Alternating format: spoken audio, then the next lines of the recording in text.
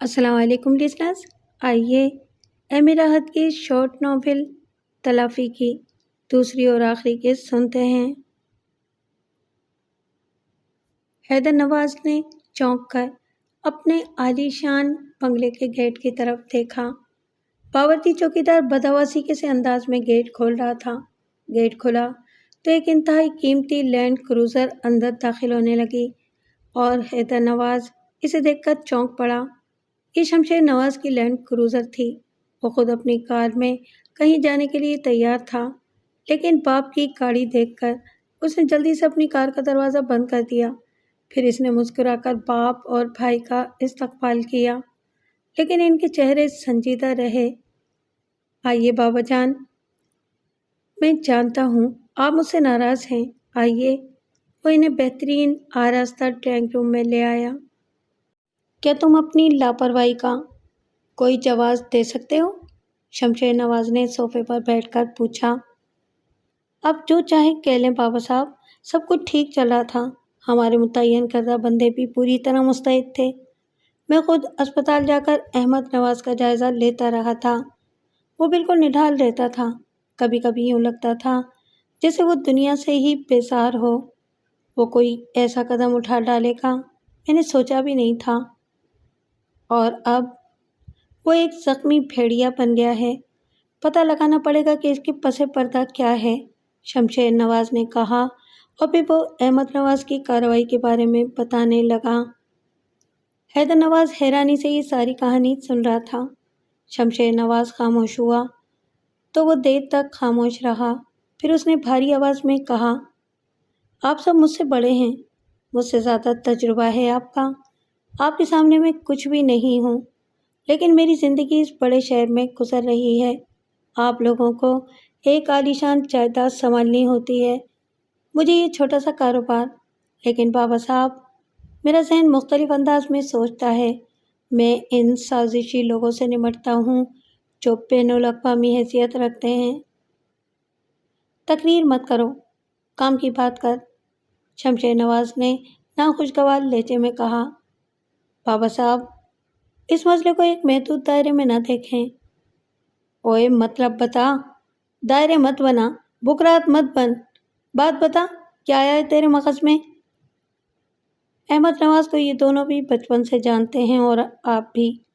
نازک مزاج، کمزور سے وجود کا مالک، ساری زندگی میں اس نے ایک کبوتر کو بھی نقصان نہیں پہنچایا۔ کہاں سمر جان اور علی خان جیسے غنڈے اور گینڈے، ان کی کارکردگی آپ دیکھ چکے ہیں۔ احمد نواز ان کا کیا بگاڑ سکتا ہے؟ تو کیا وہ احمد نواز پر ہاتھ اٹھانے کی جرات کر سکتے تھے؟ اختر نواز نے کہا، اور تجھے یاد نہیں، اس نے بابا صاحب کے قید خانے کے محافظوں کو زخمی کر دیا تھا اور حویلی کو خاک کرنے کی کوشش کی تھی۔ جانے دیں بھائی صاحب، وہ بھی وقتی جنون تھا، اور جہاں تک بات علی خان کی ہے تو وہ صرف غنڈے ہیں، کچھ بھی نہیں کر سکتے تھے۔ کہہ دیتے ان پر حملہ کرنے والے نے منہ پر ڈھاٹا باندھا ہوا تھا، وہ نہیں جانتے تھے کہ یہ احمد نواز ہے۔ اوئے میری بات سن حیدر نواز، اب تو ہمیں کوئی جاسوسی ناول مت سنا۔ بابا صاحب، یہ اپنی کوتاہی چھپانے کے لیے یہ ساری فضول باتیں کر رہا ہے، خود کو بڑا ذہین ثابت کر رہا ہے۔ دوسرے بھائی ظفر نواز نے بگڑے ہوئے لہجے میں کہا۔ ٹھیک ہے جاگیردار جی، آپ اپنے نمبر بنائیے، جو کر سکتے ہیں کر لیں، حیدر نواز نے برا منہ بنا کر کہا۔ چپ کرو اے، تم بتاؤ پھر یہ کیا ہوا ہے؟ شمشیر نواز نے دونوں بیٹوں سے کہا، لیکن دونوں خاموش بیٹھے رہے۔ کچھ لمحے انتظار کے بعد شمشیر نے حیدر نواز سے کہا، تو بول، کیا کہنا چاہتا ہے؟ مجھے یہ کوئی بڑی سازش معلوم ہوتی ہے۔ آپ سوچو بابا صاحب، وہ کتنے دن سے اسپتال میں تھا، خاموشی سے وقت گزار رہا تھا۔ اگر اس میں ہمت ہوتی تو اسپتال میں داخل ہونے کے 2 یا 3 دن یا ہفتے کے اندر اندر فرار ہونے کی کوشش تو کر سکتا تھا۔ ہاں تو پھر، شمشیر نے کہا، ہمارے دشمنوں کی تعداد انگلیوں پر نہیں گنی جا سکتی۔ کس کس کے دل میں کیا پک رہا ہے کوئی نہیں جانتا۔ ہمارا کوئی بھی دشمن یہ کھیل کھیل سکتا ہے۔ اس نے بڑی سازش کر کے احمد نواز کو اسپتال سے نکالا، پھر اس کے روپ میں کسی دوسرے خطرناک بندے کو حویلی اور پھر ان دونوں کے پاس بھیجا اور ہم لوگوں کو کنفیوز کرنے کا جال بچھا دیا۔ ورنہ آپ سوچو، احمد نواز جو اتنے دن سے اسپتال میں خاموشی سے وقت گزار رہا تھا، اچانک اتنا خطرناک ہو گیا کہ اسپتال سے بھی نکل گیا، حویلی بھی پہنچ گیا اور فیضان کے بارے میں پوچھ گچھ بھی شروع کر دی۔ نہیں بابا صاحب نہیں، حویلی احمد نواز کا گھر تھی، وہ وہاں چھپ کر بھی کام کر سکتا تھا۔ ہماری حویلی میں 100 بندے چھپ سکتے ہیں، ایک بندہ وہ بھی جس نے حویلی میں آنکھ کھولی ہو چھپ کر اپنا کام نہیں کر سکتا تھا؟ حیدر نواز نے دلیل دی، لیکن اختر نواز ہنس پڑا۔ یہ آج کل انڈین چینل پر جاسوسی ڈرامہ دیکھ رہا ہے بابا صاحب، جس میں ایک بچہ جمورا کچھ بجر بٹوؤں کے ساتھ ڈگڈگی بجاتا رہتا ہے۔ اگر یہ بابا صاحب کے خلاف کوئی سازش ہے تو اس میں فیضان اور قربان کہاں سے آ گھسے؟ چپ ہو جاؤ نکمو، مجھے سوچنے دو، شمشیر نواز نے کہا اور خاموشی سے حیدر نواز کی صورت دیکھنے لگا۔ پھر بولا، تیری بات میں وزن تو ہے، احمد اس طرح کا بندہ نہیں ہے، وہ تو رانجھا بنا ہوا تھا۔ رہی بات قربان کی تو اس میں بھی اتنا حوصلہ نہیں ہے، لیکن پھر بھی شیر جان کے کان پکڑنے پڑیں گے۔ مگر میرے خلاف سازش؟ ہاں ہو سکتی ہے، مگر اس کا پتہ کون لگائے؟ کسی نے کوئی جواب نہیں دیا۔ شمشیر نواز سوچتا رہا، پھر گہری سانس لے کر بولا، مجھے ہی کچھ کرنا پڑے گا نکمو، میں ہی دیکھتا ہوں۔ اجمل شاہ واپس آ گیا تھا، وہ سلام کرنے آیا تھا اور اپنے مخصوص انداز میں باتیں کرتا رہا تھا جو بہت شگفتہ ہوتا تھا۔ اس نے احمد نواز کیس کے بارے میں پوچھا تو شامیر نے کہا، آپ کا حکم تھا شاہ صاحب، بھلا ہماری مجال تھی کہ ہم اس کی تعمیل نہ کرتے؟ کام تیزی سے جاری ہے اور ہم آگے بڑھ رہے ہیں۔ احمد نواز کو اب آپ اسپتال میں تلاش نہ کریں، بلکہ اس کے بارے میں مزید معلومات حاصل کرنے کے لیے اسپتال کا رخ نہ کریں، کیونکہ اب وہ وہاں نہیں ہے۔ نہیں ہے؟ کہاں ہیں وہ پھر؟ ہمارے پاس محفوظ ہے، شامیر نے کہا اور اجمل شاہ کا چہرہ خوشی سے کھل اٹھا، وہ جذباتی ہو گیا تھا۔ پھر اس نے کہا، مجھے پوری امید تھی کہ آپ اس کے درد کا درماں بن جائیں گے، اور خدا نے ہر فرعون کے لیے موسیٰ پیدا کیا ہے۔ آپ نے قربان پر نگاہ رکھی ہے؟ دوبارہ تو اس سے ملاقات نہیں ہوئی؟ بالکل نہیں، میں انہیں عذاب میں مبتلا نہیں کرنا چاہتا تھا۔ دیر تک اجمل شاہ ان کے پاس رہا تھا، پھر سلام کر کے چلا گیا تھا۔ اس کے جانے کے بعد صفورہ نے کہا، اب اس سلسلے میں آگے کیا کرنا ہے؟ ہاں، میں تم سے اس بارے میں بات کرنا چاہتا تھا۔ تفصیل بتا چکا ہوں کہ فیضان کی زندگی کی پوری امید ہو گئی ہے، لیکن اس پر کچا ہاتھ نہیں ڈال سکتے۔ میں نور نگر میں شمشیر نواز کے اختیارات کے بارے میں پتہ لگا چکا ہوں۔ بادشاہ ہے وہاں کا، اور اس پر ہاتھ ڈال کر اسے فیضان کا پتہ نہیں پوچھا جا سکتا۔ فیضان کی تلاش کے لیے کوئی ٹھوس قدم اٹھانا ہوگا۔ ویسے ادھر بھاگ دوڑ شروع ہو گئی ہے۔ کدھر؟ نور نگر کی حویلی میں۔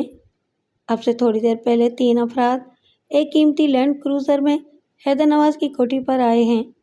100% وہ شمشیر نواز اور اس کے دونوں بیٹے ہیں۔ اوہ، تو آپ نے حیدر نواز کی کوٹھی کے بارے میں بھی معلوم کر لیا؟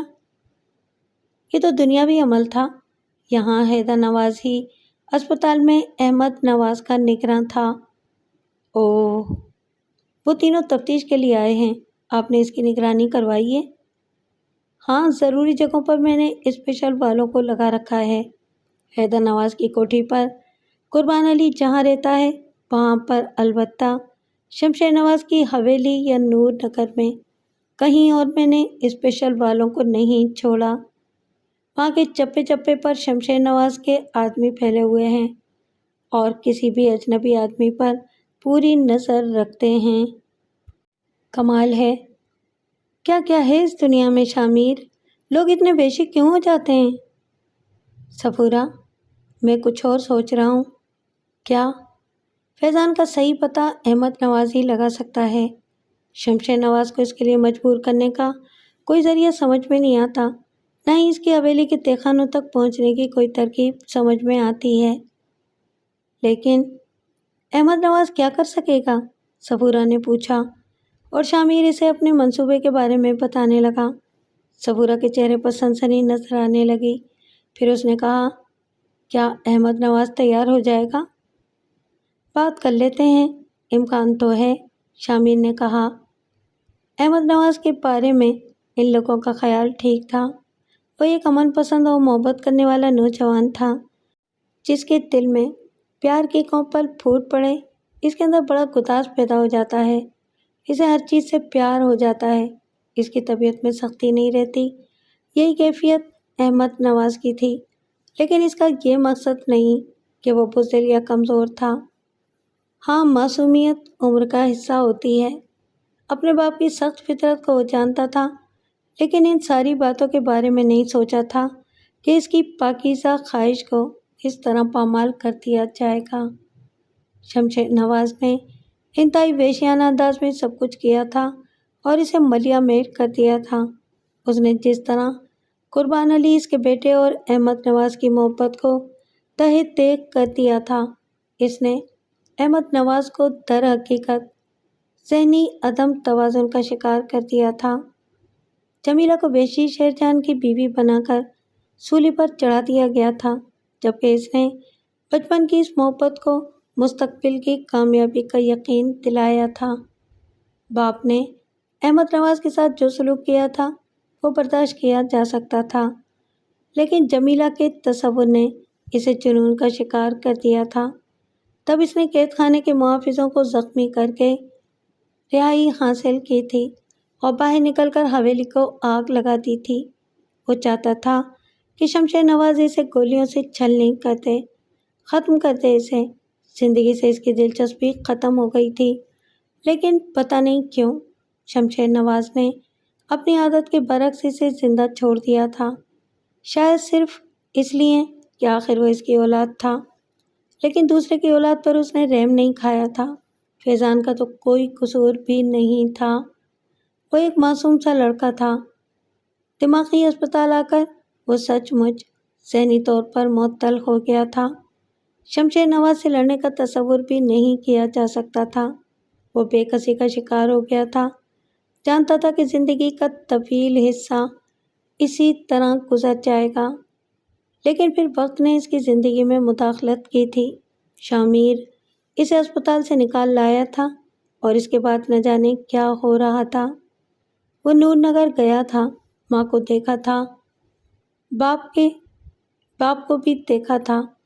فیضان کے بارے میں اندازہ تھا کہ وہ زندہ ہے، اور شامیر کو یہ معلوم تھا کہ قربان جمیلہ کہاں ہیں۔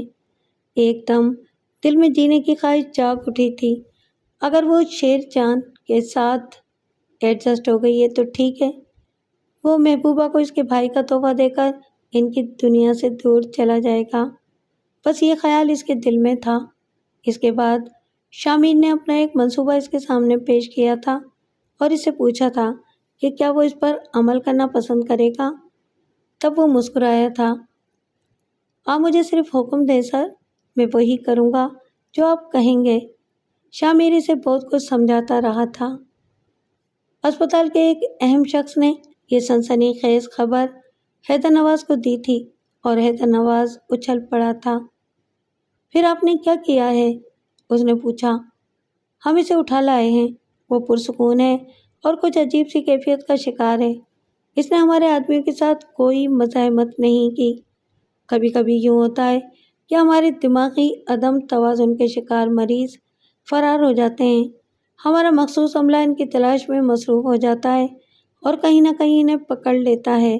اسی طرح ہمارے عملے کے کسی فرد کو مسٹر احمد نواز برے حال نظر آ گئے۔ وہ میلے کچیلے پوشیدہ لباس میں اسپتال سے کچھ دور ایک جگہ زمین پر بیٹھے تھے اور لوگ انہیں فقیر سمجھ کر بھیک دے رہے تھے۔ او مائی گاڈ، وہ اسپتال میں موجود ہے؟ جی، آپ پلیز اس پر اپنی گرفت رکھیں، وہ دوبارہ نہ نکل جائے۔ میں آ رہا ہوں، حیدر نواز نے کہا اور سیل فون بند کر کے اپنی جگہ سے اٹھ گیا۔ اس نے اپنے ساتھ 2 آدمی لیے اور مینٹل ہاسپٹل چل پڑا۔ شمشیر نواز اور اس کے دونوں بھائی واپس نور نگر چلے گئے تھے۔ احمد نواز کے بارے میں کوئی فیصلہ نہیں ہو سکا تھا۔ اسے کافی برا بھلا سننا پڑا تھا۔ وہ جانتا تھا کہ اختر نواز اور شمشیر نواز آپس میں بھی ایک دوسرے سے مخلص نہیں ہیں۔ جسے بھی موقع ملتا ہے دوسرے کی کاٹ کرتا ہے۔ دل ہی دل میں اس نے سوچا تھا کہ اپنے معاملات وہ خود ہی جانے، میری اپنی بھی مصروفیات کم نہیں ہیں۔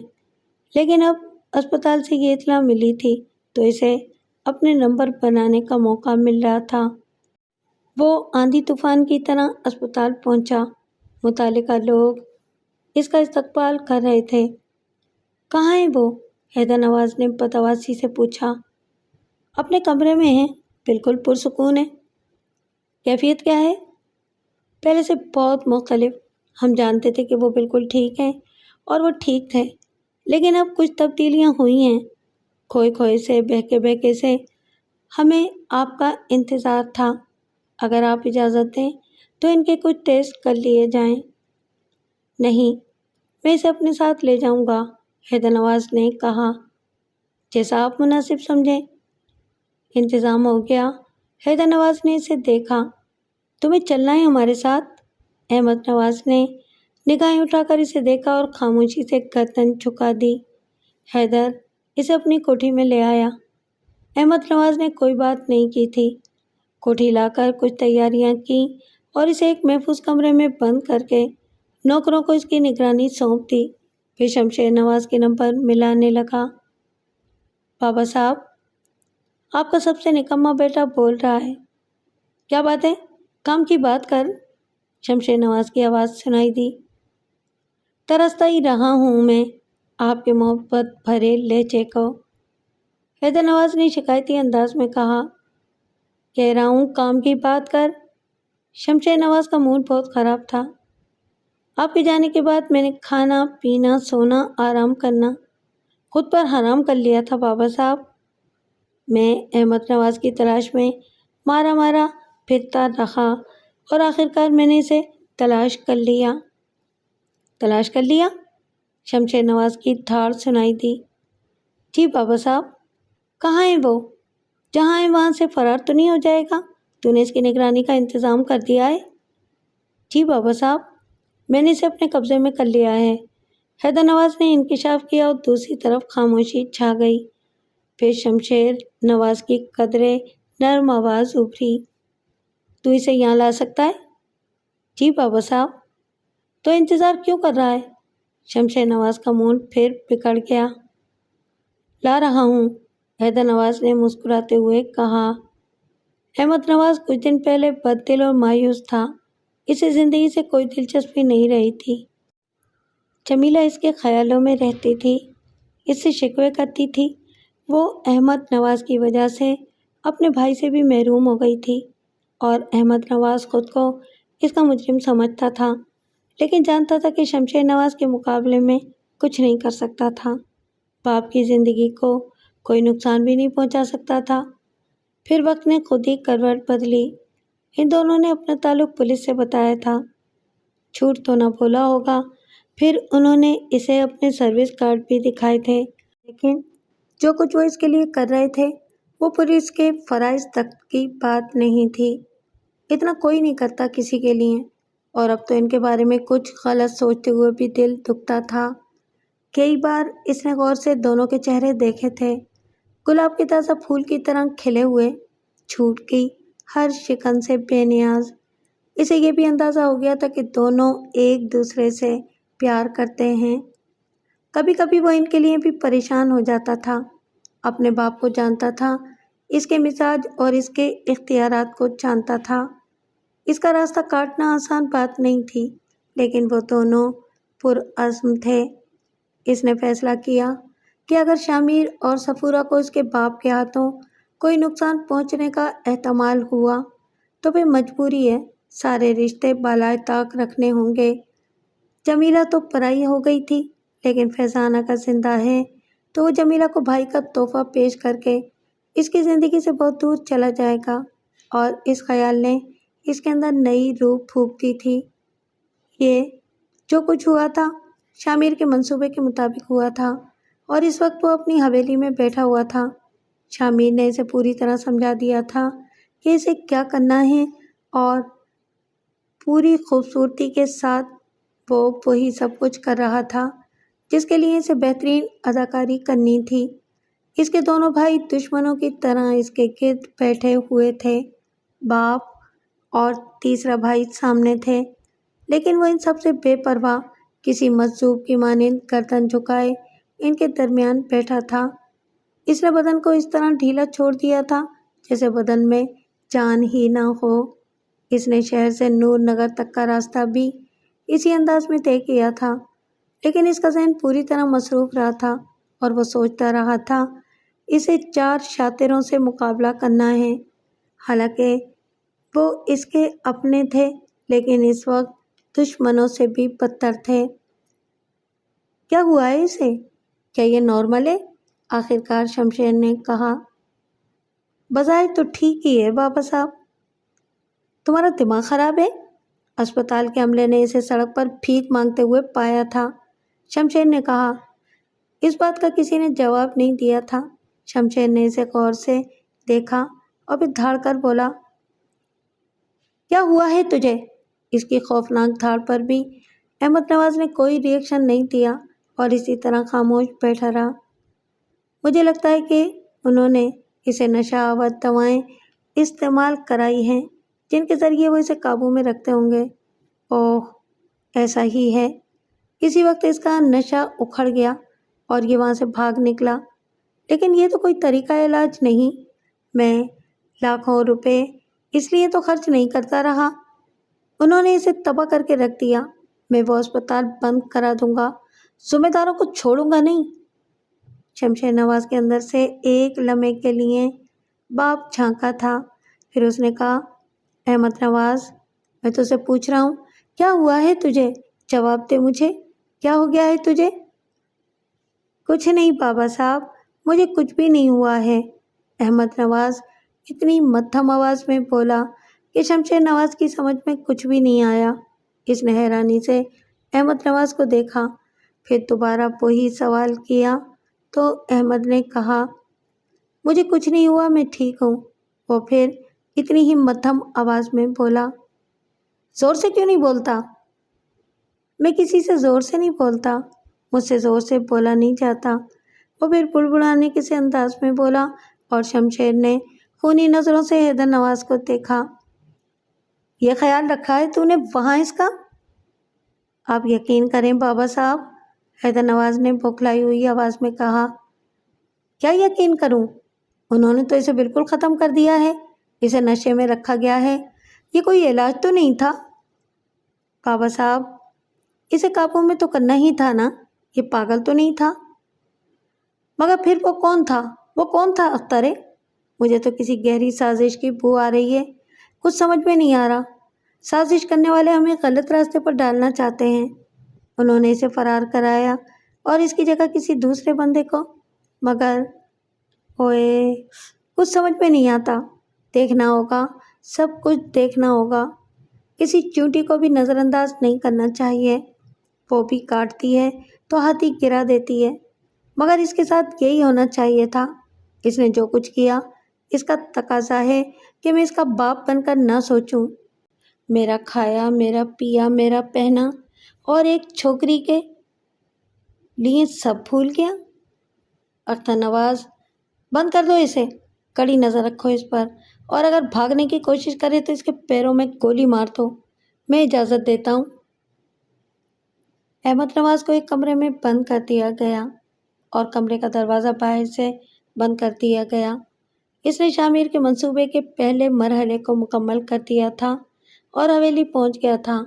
اب اسے آگے کے کام کرنے تھے۔ شمشیر نواز اس کا باپ تھا۔ باپ کی وحشی فطرت سے وہ پہلے بھی واقف تھا، لیکن اب وہ خوب غور کر رہا تھا۔ لیکن اسے تسلی تھی کہ یہاں ماں بھی ہے، ایک آفاقی سہارا۔ بے شک اسے اس بارے میں کوئی خبر نہیں ہوگی، لیکن آخر پتہ چل جائے گا۔ بس اسے بہترین اداکاری کر کے ان لوگوں کو چکر میں ڈالے رکھنا تھا۔ دن گزر گیا، رات ہو گئی۔ کوئی 8 بجے اختر نواز 2 آدمیوں کے ساتھ کمرے میں آیا۔ اس کی الماری سے وہ کپڑے لایا تھا۔ چلو کپڑے بدل لو، کپڑے بدلنا آتا ہے؟ اس نے خاموشی سے کپڑے لیے اور ملیکہ غسل خانے میں داخل ہو گیا۔ شامر نے اس اداکاری کے لیے اسے جو کپڑے دیے تھے وہ بڑے بدبودار تھے اور وہ ان سے نجات چاہتا تھا۔ پھر اسے کھانے کے لیے دوسرے کمرے میں لے جایا گیا۔ یہ حویلی کا ڈائننگ ہال نہیں تھا، یہاں اس نے تنہا ہی کھانا کھایا۔ اس کے بعد وہ اسے لے کے چل پڑے۔ وہ اسے حویلی کے دوسرے حصے میں لے جا رہے تھے۔ ایک کمرے میں لے جا کر اسے سیڑھیوں کے نیچے اتارا جانے لگا اور اس کا دل تیزی سے دھڑکنے لگا۔ تہہ خانہ، 100% وہ اسے تہہ خانے میں لے جا رہے تھے۔ وہ ان تہہ خانوں کے بارے میں صرف سن ہی چکا تھا، انہیں دیکھنے کا کبھی اتفاق نہیں ہوا تھا۔ کاش انہی میں کہیں فیضان بھی ہو۔ جس کمرے میں اسے لے جایا گیا اس میں بستر بھی تھا، واش روم بھی، اور دیوار میں تازہ ہوا کے لیے کشادہ روشن دان بھی تھے۔ وہ خاموشی سے بستر پر لیٹ گیا۔ تہہ خانے میں ایک انرجی سیور روشن تھا۔ بہت سارا وقت اسی طرح گزر گیا۔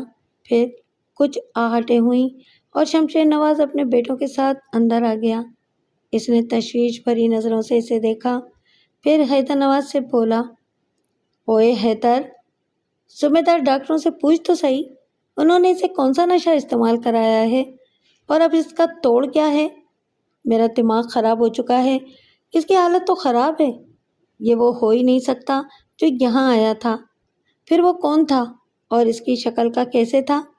تم لوگوں کو اور علی خان کو ضرور دھوکہ ہوا ہوگا۔ یہ سائنس کا دور ہے بابا صاحب، اب کوئی بھی کیسی ہی شکل اختیار کر سکتا ہے۔ ظفر نواز نے کہا، یہ مر تو نہیں جائے گا؟ ویسے تو یہ ٹھیک ہے، کھانا بھی پیٹ بھر کر کھایا ہے۔ چوکس رہنا، میں چلتا ہوں۔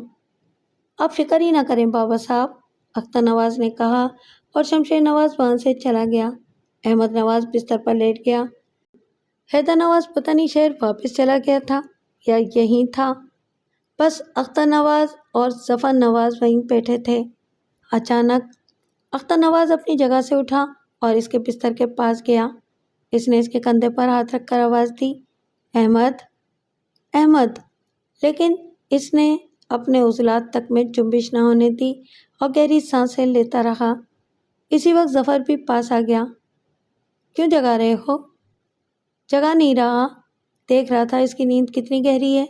تو پھر گہری نیند سو رہا ہے۔ کیا ہو گیا ہے اسے؟ اس کا حال تو ٹھیک نہیں ہے، ظفر نے تشویش بھرے لہجے میں کہا۔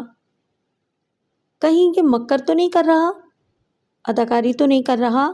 میں اس وقت کو بھول نہیں سکتا جب اچانک میں نے اسے راہداری میں دیکھا تھا، یہ بالکل ٹھیک تھا۔ اس کے بعد اس نے علی خان اور سمر جان کے ساتھ جو سلوک کیا تھا وہ بھی ناقابل یقین تھا، لیکن اب جو کچھ میں دیکھ رہا ہوں وہ کوئی اور ہی تھا، لیکن میں ایک تجربہ کرنا چاہتا ہوں۔ کیسا تجربہ؟ ظفر نے پوچھا اور اختر سرگوشی میں اسے اپنے منصوبے کے بارے میں بتانے لگا۔ احمد نواز کی ساری حسیات کام کر رہی تھیں۔ وہ یہاں آیا ہی پوری مستعدی کے ساتھ تھا، ورنہ جانتا تھا کہ اس کے باپ اور بھائی اپنے مفادات کے لیے سب کچھ کر سکتے ہیں، لیکن اختر نواز اور ظفر نواز تھوڑے سے بے وقوف تھے۔ جو باتیں انہوں نے اس کے قریب کھڑے ہو کر کی تھیں وہ اس نے سن لی تھیں اور ان کی طرف سے کام شروع ہونے کا منتظر تھا۔ زیادہ دیر نہیں گزری تھی کہ دروازے پر قدموں کی چاپ ابھری، پھر کوئی اندر داخل ہو گیا۔ آنے والا اس کے قریب آیا اور اچانک اس کی لرزتی آواز ابھری، ارے احمد بھائی، ارے آپ یہاں، احمد بھائی، احمد بھائی، آپ یہاں اس حال میں؟ احمد بھائی، آپ یہاں کیسے پہنچ گئے؟ آواز فیضان کی تھی، وہ رونے لگا تھا۔ احمد نواز کے پورے بدن میں سرد لہریں دوڑ رہی تھیں، اس کے اعصاب شل ہو گئے تھے، لیکن اس نے خود کو سنبھالے رکھا۔ وہ بے شمار کیفیتوں سے گزر رہا تھا۔ فیضان سچ مچ زندہ ہے، یہ بڑی خوشی کا مقام تھا جسے برداشت کرنا بہت مشکل کام تھا، لیکن اعصاب کو قابو میں ہی رکھنا زندگی کی ضمانت تھا، ورنہ کچھ بھی ہو سکتا تھا۔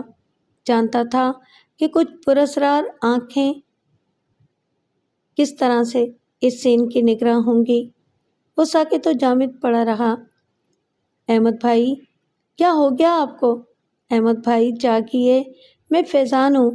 احمد بھائی بڑے رئیس نے مجھے کھیتوں سے اٹھوا لیا تھا، اس کے بعد نہ جانے کہاں کہاں مجھے رکھا گیا۔ اب میں بہت عرصے سے یہیں قید ہوں، میں یہاں سے باہر نہیں نکل سکتا۔ یہ لوگ مجھے مارتے بھی ہیں اور کہتے ہیں کہ میں نے کوئی حرکت کی اور یہاں سے بھاگنے کی کوشش کی تو یہ مجھے جان سے مار دیں گے۔ وہ پھوٹ پھوٹ کر رونے لگا۔ روتے ہوئے اس نے کہا، احمد بھائی میری مدد کریں، میرے ماں باپ کس حال میں ہیں، میری بہن کیسی ہے؟ بڑا صبر آزما وقت تھا۔ فیضان سے اسے چھوٹے بھائیوں جیسی محبت تھی۔ اس وقت وہ جس طرح بلک رہا تھا وہ بڑا درد انگیز منظر تھا، لیکن شامر جیسے جادوگر تھا۔ اس نے اسے بریف کرتے ہوئے کہا تھا کہ جذبات کے ہاتھوں پست ہو جانے میں شکست چھپی ہوتی ہے۔ ممکن ہے کہ تمہیں تمہاری ماں کے ذریعے جذباتی کرنے کی کوشش کی جائے، ممکن ہے شمشیر نواز جمیلہ کو لا کے تمہارے سامنے کھڑا کر دیں، تمہیں ہر قیمت پر اپنی یہ کیفیت برقرار رکھنی ہوگی۔ اس نے ٹھیک کہا تھا۔ اس کا دل پھٹ رہا تھا، لیکن شامر کے الفاظ اس کے کانوں میں گونج رہے تھے۔ کچھ دیر تک وہ بلکتا رہا، پھر خاموش ہو گیا۔ آپ کو کیا ہو گیا احمد بھائی؟ آپ تو بول بھی نہیں رہے۔ احمد بھائی آپ تو ہم پر بہت مہربان تھے۔ احمد بھائی کافی دیر تک وہ وہاں رکا، پھر ٹھنڈی سانس لے کر اٹھ گیا۔ کہیں سے نہیں معلوم ہوتا، کہیں سے پتہ نہیں چلتا میرے ماں باپ کہاں ہیں، میری بہن۔ وہ جملہ ادھورا چھوڑ کر اٹھ گیا اور پھر وہاں سے چلا گیا۔ اندر ہی اندر احمد نواز بہت خوش تھا۔ اس نے بڑی کامیابی سے خود پر قابو رکھا اور اسے یہ بھی پتہ چل گیا کہ فیضان سچ مچ زندہ ہے۔ یہ اطلاع اسے شامر کو دینی تھی، جس کا انتظام شامر نے کر دیا تھا۔ وہ قیمتی موبائل ڈسک اس کے پاس محفوظ تھی، جس پر شامر سے بات کی جا سکتی تھی۔ شامر نے اس کا استعمال بھی اسے بتا دیا تھا، لیکن جلد بازی کسی طور مناسب نہیں تھی۔ اگر فیضان کو اس کے پاس بھیج کر وہ اس کی اصلیت کا پتہ چلانا چاہتے تھے تو فیضان کے جانے کے بعد اس کا ری ایکشن دیکھنے کے لیے بھی انتظامات کیے گئے ہوں گے۔ صبر ضروری تھا، اسی میں زندگی کی بچت تھی۔ نیند آنے کا کیا سوال تھا، لیکن وہ بے سود پڑا رہا۔ کئی گھنٹے گزر گئے، تب وہ اپنی جگہ سے اٹھا، انداز وہی مجہولوں کا سا رکھا۔ اس سے پہلے اس نے ایسی جگہوں کا جائزہ لے لیا تھا جہاں سے اس کی حرکات و سکنات کا جائزہ لیا جا سکتا تھا۔ بہتر جگہ واش روم ہی تھی، چنانچہ وہ واش روم میں داخل ہو گیا۔ دروازہ اندر سے بند کر کے اس نے شامر سے رابطہ قائم کیا اور شامر کی مستعدی پر وہ دنگ رہ گیا۔ حالانکہ وقت ایسا نہیں تھا کہ کوئی کسی کے رابطے کی توقع کرے، لیکن شامر نے اس کی کال ریسیو کرنے میں ایک لمحہ ضائع کیا۔ ہاں احمد، کہو کس پوزیشن میں ہو؟ سر آپ کو میری آواز صاف سنائی دے رہی ہے؟ مجبوراً مجھے ہلکا بولنا پڑ رہا ہے۔ بے فکر ہو کر بات کرو۔ سر بے حد دلچسپ صورتحال ہے۔ احمد نواز نے پوری تفصیل بتا دی اور شامر خاموشی سے سنتا رہا۔ پھر اس نے مسرور لہجے میں کہا، واہ احمد نواز، تم نے تو کمال کر دکھایا۔ ہم زیادہ طویل بات نہیں کریں گے، تمہیں اپنی یہ اداکاری جاری رکھنی چاہیے۔ انہیں یقین دلا دو کہ تم بے ضرر ہو چکے ہو اور انہیں تم سے کوئی خطرہ نہیں ہے۔ اب مجھے اطمینان ہے کہ فیضان کی زندگی کو کوئی خطرہ نہیں، انہوں نے اسے ایک مہرے کے طور پر زندہ رکھا ہے۔ ویسے تم مطمئن ہو؟ بہت زیادہ سر۔ کسی بھی طور پر جذباتی ہونے کی کوشش مت کرنا اور اپنی یہ کیفیت قائم رکھنا۔ فیضان کے بعد وہ تمہاری والدہ کو بھی استعمال کرنے کی کوشش کر سکتے ہیں۔ جی سر، میں سمجھ گیا۔ اوکے، خدا حافظ۔ شامر کی آواز سنائی دی۔ شیرجان کا ماضی کیا تھا وہ ایک الگ کہانی ہے، لیکن حال بے حد خطرناک تھا۔ طاقتور تھا، امیر تھا، لڑائی بھڑائی میں اپنا ثانی نہیں رکھتا تھا۔ شمشیر نواز کا وفادار تھا، اس کے احکامات پر آنکھیں بند کر کے عمل کرتا تھا اور اب بھی وہ اسی کے احکامات پر عمل کر رہا تھا۔ شمشیر نواز نے اس کا نکاح کر کے پوری سسرال اس کے حوالے کر دیا تھا اور اسے شہر بھیج دیا تھا۔ شیر نواز ہی کے حکم پر وہ قربان علی اور اس کے خاندان کے ساتھ نہیں رہتا تھا، بلکہ اس نے اپنی مزاج ہی کے لوگوں کے ساتھ اپنا ٹھکانہ بنا رکھا تھا، لیکن وہ قربان علی پر گہری نگاہ رکھتا تھا اور اس نے قربان علی سے کہہ دیا تھا کہ اس کی کوئی بھی حرکت اس کے بیٹے کی زندگی لے سکتی ہے۔ ویسے اس نے یہ بھی محسوس کر لیا تھا کہ قربان علی اب ایک بے ضرر کیڑا ہے، وہ کچھ کرنے کے قابل نہیں ہے، اس لیے وہ مطمئن تھا۔ اس وقت وہ اپنے کام سے نکلا ہوا تھا کہ ایک شخص اس کے پاس پہنچ گیا۔ شیر جان نے اسے گھور کر دیکھا تو اس شخص نے ایک کاغذ اس کی طرف بڑھاتے ہوئے کہا، یہ ایک پتہ ہے بھائی، آپ بتا دیں تو مہربانی ہوگی۔ کیوں؟ تمہارے باپ کا ملازم ہوں؟ شیر جان نے گھراتی ہوئی آواز میں کہا۔ نہیں جناب، ملازمت کے لیے ہی تو مارا مارا پھر رہا ہوں، میرا باپ بیچارہ کسی کو ملازم کیسے رکھے گا؟ مار کھانی ہے؟ شیر جان نے اسے گھورتے ہوئے کہا۔ نہیں، بس یہ پتہ پوچھنا ہے۔ اس شخص نے کاغذ دوبارہ اس کی طرف بڑھایا۔ شیر جان نے کاغذ اس کے ہاتھ سے لیا اور اس کے پرزے پرزے کر کے پھینک دیے، پھر وہاں سے آگے بڑھ گیا۔ پتہ پوچھنے والا اس کے پیچھے چل پڑا تھا۔ شیر جان ابھی چند قدم ہی چلا تھا کہ ایک دوسرا آدمی اس کے سامنے آ گیا اور راستہ روک کر بولا، وہ سنیے جناب، ماچس ہوگی آپ کے پاس؟ شیر جان پھر رک گیا، پھر اس کی رگ ظرافت بھی پھڑکی۔ سگریٹ ہے تمہارے پاس؟ جی یہ ہے۔ اس نے ہاتھ میں پکڑی ہوئی سگریٹ سامنے کی تو شیر جان نے سگریٹ اس کے ہاتھ سے اچک لی اور پھر اسے توڑ کر پھینکتے ہوئے بولا، سگریٹ پیتے ہو تو ماچس کیوں نہیں رکھ سکتے؟ راہ چلتے لوگوں کے راستے روک کر ماچس مانگتے ہو؟ ارے ارے میری سگریٹ، وہ شخص بولا اور شیر جان پھر آگے بڑھ گیا۔ اس دوران وہ شخص بھی قریب آ گیا جس نے پتہ پوچھا تھا۔ شیر جان ایک ایسی جگہ پہنچ گیا تھا جہاں ایک بڑی گاڑی کھڑی تھی اور اس کا دروازہ کھلا ہوا تھا۔ جو ہی وہ اس گاڑی کے پاس پہنچا تو پیچھے سے وہ دونوں اس پر لپکے جنہوں نے اس کا راستہ روکا تھا۔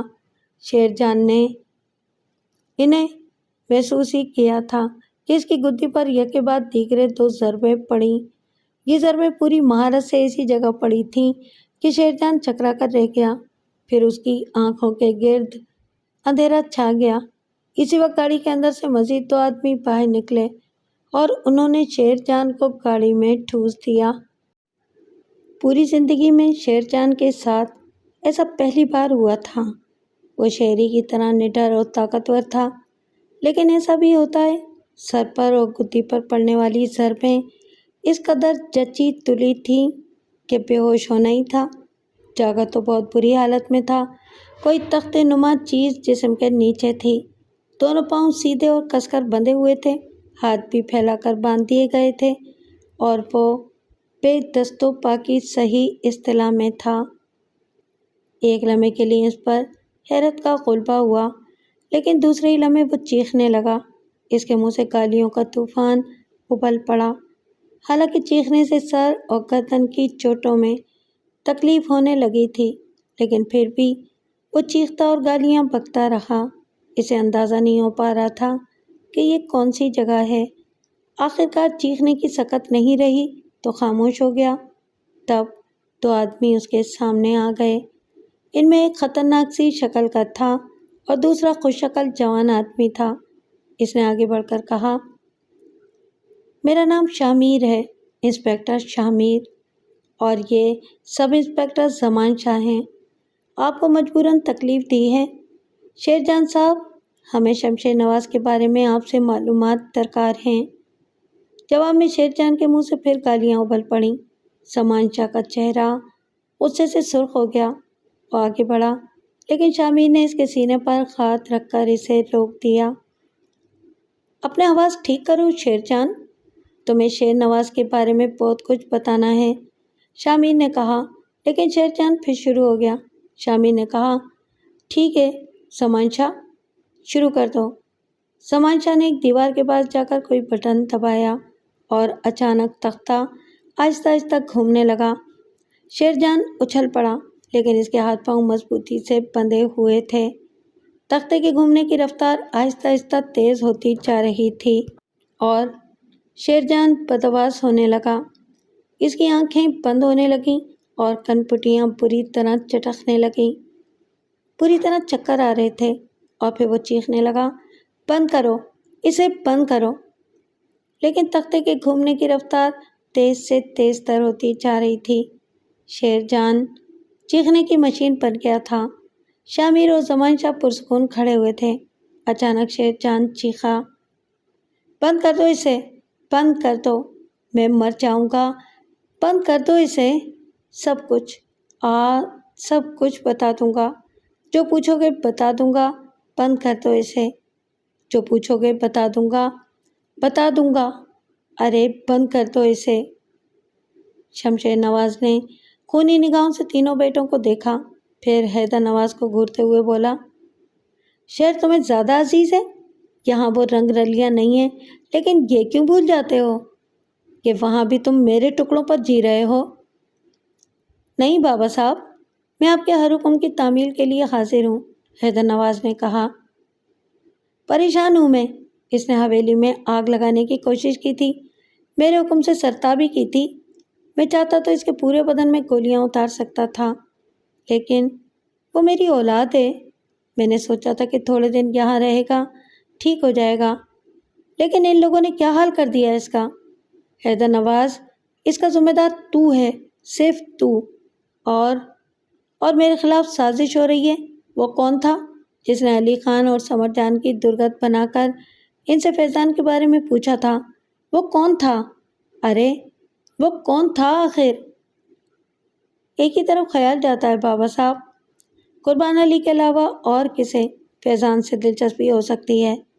آپ نے قربان کو زمین پر بے شک لٹا دیا، لیکن ہو سکتا ہے کہ اس نے پرپرزے نکال لیے ہوں۔ شیرجان کہاں مر گیا؟ سب مردہ ہو گئے، عیش کرا دیے انہیں اور یہ صلہ دے رہے ہیں۔ وہ جو کوئی بھی تھا ان دونوں کی درگت بنا گیا۔ کون تھا وہ؟ آخر کون تھا؟ میری حویلی میں گھسا اور زندہ نکل گیا۔ ہماری بات مان لیں بابا صاحب، ظفر نے کہا۔ ہاں بولو۔ قربان علی، صرف قربان علی، وہی سب کچھ بتائے گا، اور شیرجان کو بھی دیکھنا ہوگا آخر وہ کیا کر رہا ہے وہ۔ آپ ہمیں اجازت دیں گے کہ ہم قربان علی سے معلومات کریں؟ ہاں، میری اجازت سے تو تم آسمان سے تارے توڑ لاؤ گے۔ ہم پوری کوشش کریں گے بابا صاحب، اختر نواز نے کہا۔ اسپتال سے بھی معلوم کرو، انہوں نے آخر احمد نواز کے ساتھ کیا کیا ہے، اس کی حالت کیسے ٹھیک ہو سکتی ہے۔ بس آپ یہ کام ہم پر چھوڑ دیں۔ تینوں کے چہرے اترے ہوئے تھے۔ حیدر نواز کی پیشانی شکن آلود ہو رہی تھی، اسے سب سے زیادہ جھاڑ پڑی تھی۔ تینوں لینڈ کروزر میں شہر جا رہے تھے۔ اچانک حیدر نواز نے کہا، بلکہ وہ پھٹ پڑا تھا، کیا رنگ رلیاں منا رہا ہوں میں؟ شہر میں اپنا کاروبار کر رہا ہوں، ترقی کر رہا ہوں اس میں۔ بابا صاحب جب حکم دیں سب چھوڑ کر واپس آنے کے لیے تیار ہوں۔ وہ پریشان ہیں حیدر، اور تم ان کا مزاج جانتے ہو۔ مزاج؟ کیا قدر ہے ہماری، کیا حیثیت ہے ہماری؟ یہ زندگی ہے، خوف خوف خوف، چوہوں کی طرح جی رہے ہیں ہم۔ بہت عزت کرتے ہیں ہم بابا صاحب کی، بہت احترام کرتے ہیں، لیکن ہماری کوئی تو حیثیت ہونی چاہیے۔ کیا ہم اپنی پسند سے جی رہے ہیں؟ نہیں، ہم ہر صبح جا کر سوچتے ہیں کہ آج ہمارے ساتھ کیا ہوگا، اختر نواز نے کہا۔ بابا صاحب، ہمارے باپ ہیں، لیکن ہماری ماں بھی تو ہے، اس کی کیفیت ہم سے بھی بدتر ہے، کیسے جی رہی ہے وہ؟ نہیں، یہ غلط ہے، احمد نواز ہمارا خون ہے، لیکن بابا صاحب کے حکم پر ہم نے اس کے خلاف دل میں نفرت بسا لی ہے۔ کل ان کے حکم پر ہم میں سے کوئی بھی کسی کے خلاف ہو سکتا ہے۔ سوچنا پڑے گا کچھ تو۔ تینوں خاموش ہو گئے۔ پھر اختر نواز نے کہا، ابھی اس مسئلے سے تو نمٹو۔ قربان علی کے بارے میں ہم زیادہ نہیں جانتے، لیکن ابھی تو دیکھنا ہے کہ کیا کیا جائے۔ قربان علی نے دروازہ کھولا اور دروازے پر کھڑے لوگوں کو دیکھ کر کانپ اٹھا۔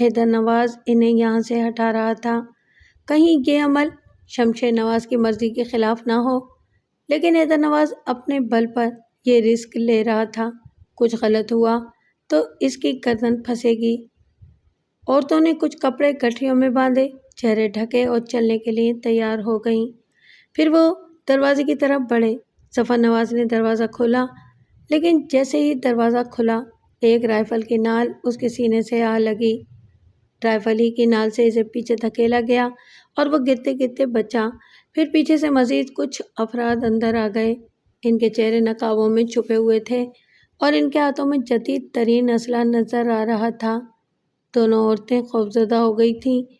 رائفل بردار نے غراتی ہوئی آواز میں کہا، کوئی بھی جنبش کی تو پورے بدن میں اگلتے ہوئے خون کے سوراخ بن جائیں گے، ہاتھ پیچھے کرو۔ ان تینوں کے ہوشان خطا ہو گئے تھے۔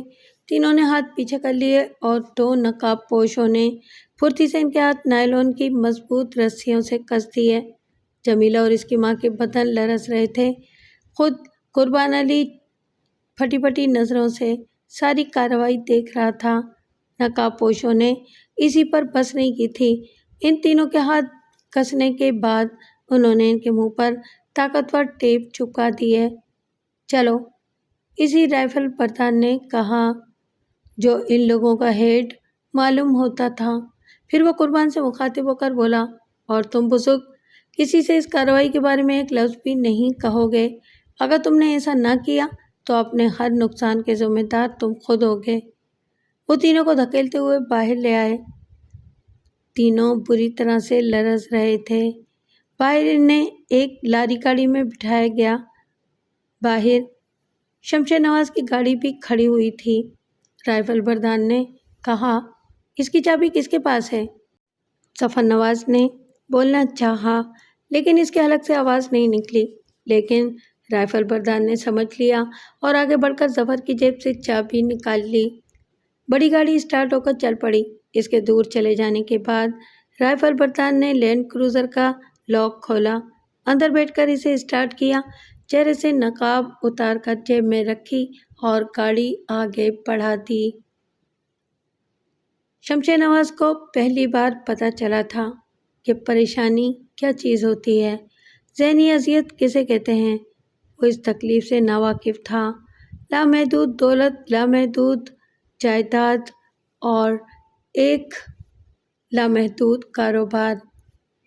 بیوی سیدھی سادی خاندانی عورت تھی، سر جھکا کر زندگی گزارنے والی۔ ابتدائی سے سب پر سختی رکھی تھی۔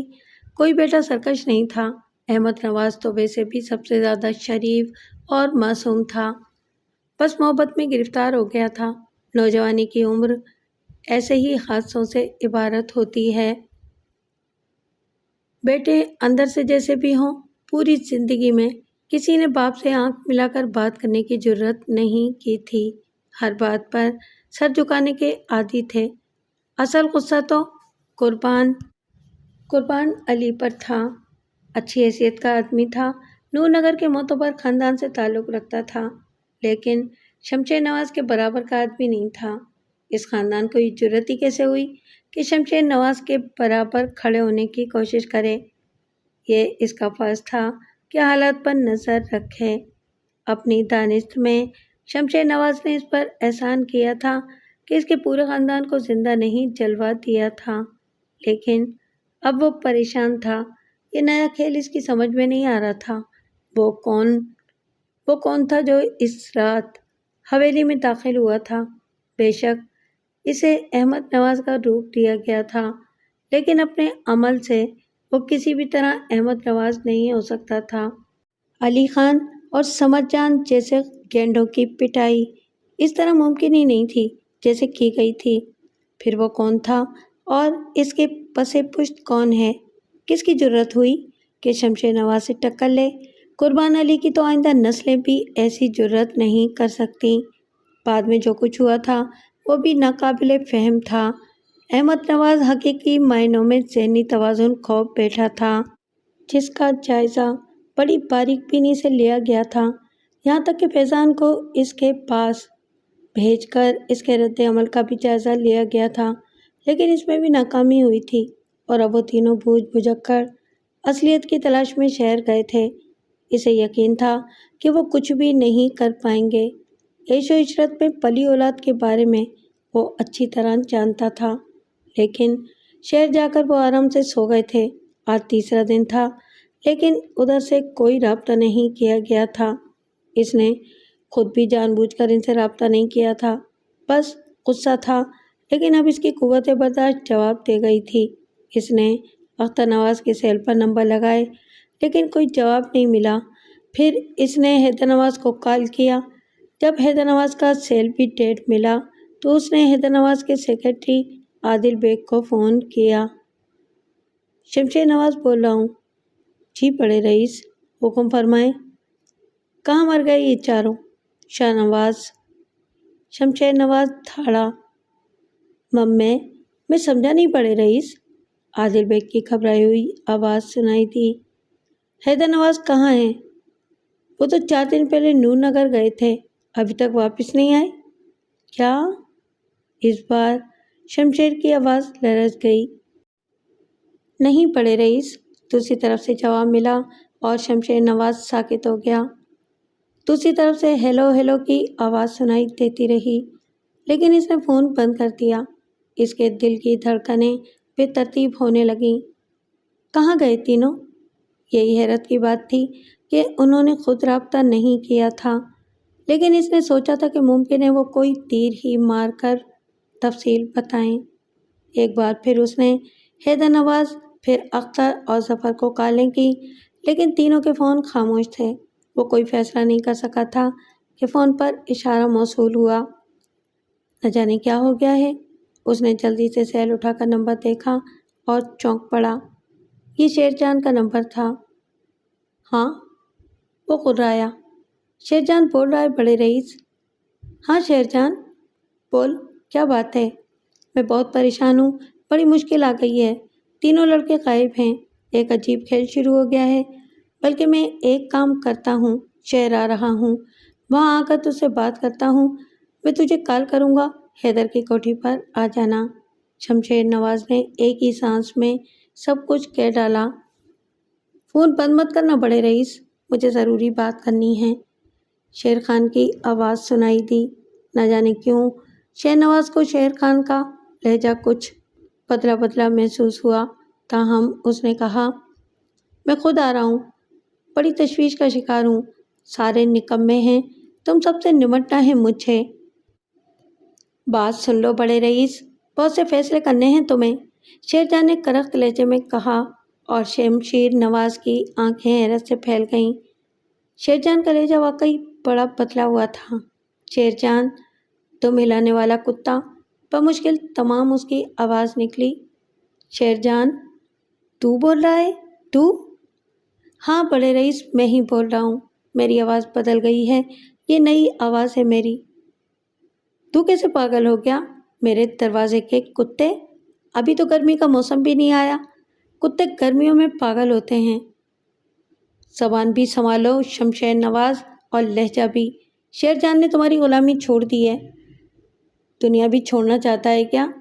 نہیں، بلکہ بہت سو کو دنیا سے نجات دلانا چاہتا ہوں، جن میں تم سرِ فہرست ہو، شیرجان نے کہا، اور شمشیر نواز کا پورا بدن سنسنا کر رہ گیا۔ غصے اور حیرت نے کچھ دیر کے لیے اس کی زبان بند کر دی۔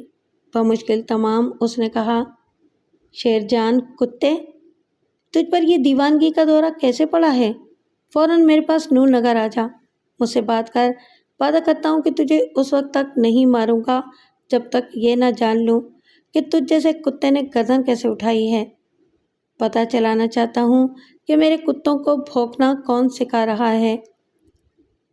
ضرور آؤں گا تمہارے پاس شمشیر نواز، لیکن جب آؤں گا تو بھی تفصیل سے بتاؤں گا کہ کون کتا ہے، میں یا تم۔ یہ خط تھی۔ شیرجان وہ زبان بول رہا تھا جو شمشیر نواز نے اب تک کی زندگی میں کبھی نہیں سنی تھی۔ یہ زبان تو وہ خود بولتا تھا، آج کوئی اور اس سے اس زبان میں بات کر رہا تھا۔ اس کے بدن پر تھر تھری تاری تھی، آنکھوں سے پانی بہہ رہا تھا۔ شیرجان کی آواز پھر ابھری، تم نے مجھے انسان سے جانور بنا دیا تھا شمشیر نواز، لیکن میرے اندر پھر سے انسان جاگ اٹھا ہے۔ بہت برائیاں کی ہیں میں نے تمہارے کہنے سے، مگر اب میں تم سے ان کا صلہ وصول کروں گا۔ کتے بد نسل، اور کیا صلہ وصول کرے گا مجھ سے؟ کیا صلہ نہیں دیا میں نے تجھے؟ جانور سے انسان بنا دیا، اتنی خوبصورت لڑکی سے تیری شادی کرائی، تیری ہر ضرورت پوری کی ہے میں نے، اور کیا چاہتا ہے مجھ سے؟ اب میں ایک پرتعیش زندگی گزارنا چاہتا ہوں۔ بہت غلامی کر لی تیری شمشیر نواز۔ اس کا لہجہ مزید حقارت آمیز ہو گیا۔ کیا چاہتا ہے تو؟ صرف 5 کروڑ، جو تیرے لیے کچھ نہیں ہے، لیکن تیری زندگی کے لیے بہت کچھ ہے۔ جو کچھ تو نے کیا ہے، اس کے بدلے میں یہ کچھ بھی نہیں ہے۔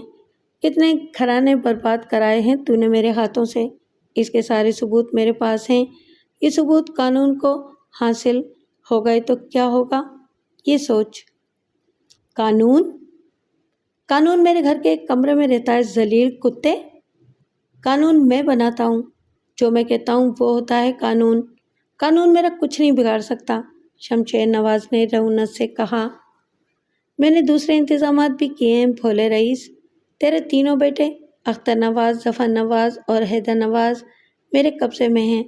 اگر تو نے میرا مطالبہ پورا نہ کیا تو سب سے پہلے حیدر، پھر اختر اور پھر ظفر کی لاشیں ایک ایک کر کے تیرے حوالے کرتی جائیں گی۔ کیا بکواس کر رہا ہے؟ کتے، وہ تیرے قبضے میں کہاں سے آ گئے؟ محنت کی ہے میں نے، تیرے لیے بھی تو سب کچھ کرتا رہا ہوں، اب اپنے لیے کر رہا ہوں۔ وہ میرے قیدی ہیں، ابھی تک میں نے انہیں کوئی تکلیف نہیں دی ہے، لیکن بکواس کر رہا ہے تو، وہ تیرے قبضے میں نہیں آ سکتے۔ ٹھیک ہے، کل صبح 10 بجے تک تجھے حیدر نواز کی لاش مل جائے گی۔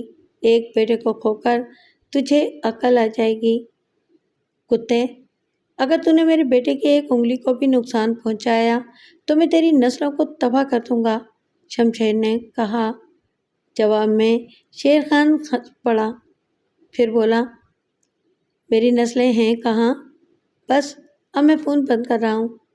رک جا، رک جا، کہاں چاہیے تجھے یہ پیسے، کس شکل میں؟ یہ میں اپنے ساتھیوں سے مشورہ کر کے بتاؤں گا۔ ساتھی؟ تو کیا میرے راز تو نے دوسروں کو بھی دے دیے؟ ابھی تک ایسا نہیں کیا ہے، لیکن کبھی مت کرنا ایسا، کبھی مت کرنا، قتل عام کر دوں گا۔ مجھے جنون مت دلا، تیری بات مان رہا ہوں، کسی سے مشورہ مت کر، مجھے بتا پیسے کہاں پہنچانے ہیں۔ تھوڑی دیر میں دوبارہ فون کرتا ہوں۔ ان الفاظ کے ساتھ ہی دوسری طرف سے فون بند ہو گیا۔ شیر جان پھٹی پھٹی آنکھوں سے شامیر کو دیکھ رہا تھا۔ شامیر نے موبائل پر نگاہ ڈالی اور اسے بند کر دیا۔ اس نے شیر جان کی آواز کی نقل کی تھی اور یہ ساری گفتگو اس نے ہی کی تھی۔ پھر اس نے شیر جان کو دیکھا اور مسکرا دیا۔ شیر جان گردن جھٹک رہا تھا۔ تمہارے تعاون کا شکریہ شیر جان، وہ بہت برا آدمی ہے، اسے یہ دن دیکھنا ہی چاہیے تھا۔ شیر خان نے کوئی جواب نہیں دیا۔ بہت دیر تک خاموشی طاری رہی، پھر شیر جان بولا، ایک بات کہنا چاہتا ہوں سر۔ ہاں بولو۔ کیا مجھے آپ کے پاس مستقل جگہ مل سکتی ہے؟ میں سمجھا نہیں۔ اب میں کہیں نہیں جانا چاہتا، میرا دل بھر گیا ہے دنیا سے، جو کچھ کر چکا ہوں بہت ہے عاقبت کی خرابی کے لیے، مگر قربان علی کی بیٹی سے تمہارا نکاح ہوا ہے، کیا تم اسے چھوڑ دو گے؟ ہماری بات سچ مان لو گے انسپکٹر صاحب؟ ہاں بولو۔ ہم نے اسے چھوڑا ہی ہوا ہے، پہلی بار دل میں انسان جاگ گیا تھا۔ ہم نے سہاگ رات کو ہی اسے طلاق دے دی تھی، اس نے ہم سے طلاق مانگی تھی۔ شامیر کے رونگٹے کھڑے ہو گئے تھے۔ وہ کچھ دیر شیر جان کو دیکھتا رہا، پھر گہری سانس لے کر بولا، ٹھیک ہے شیر جان، اس موضوع پر بات کریں گے۔ 5 کروڑ شمشیر نواز کے لیے کوئی حیثیت نہیں رکھتے تھے۔ اذیت کی بات یہ تھی کہ وہ ایسے شخص کو دینے پڑ رہے تھے جس نے ہمیشہ اس کے سامنے دم ہلائی تھی، لیکن سمجھ میں کچھ نہیں آ رہا تھا کون لوگ تھے جو اس کے پیچھے لگ گئے تھے۔ یکے بعد دیگرے جو ہو رہا تھا وہ معمولی نہیں تھا۔ قربان کی تو خیر حیثیت ہی کیا تھی، اس کے برابر کے لوگ بھی اس سے پنجہ کشی کی جرات نہیں کر سکتے تھے۔ اس وقت اس پر جو گزر رہی تھی وہی جانتا تھا۔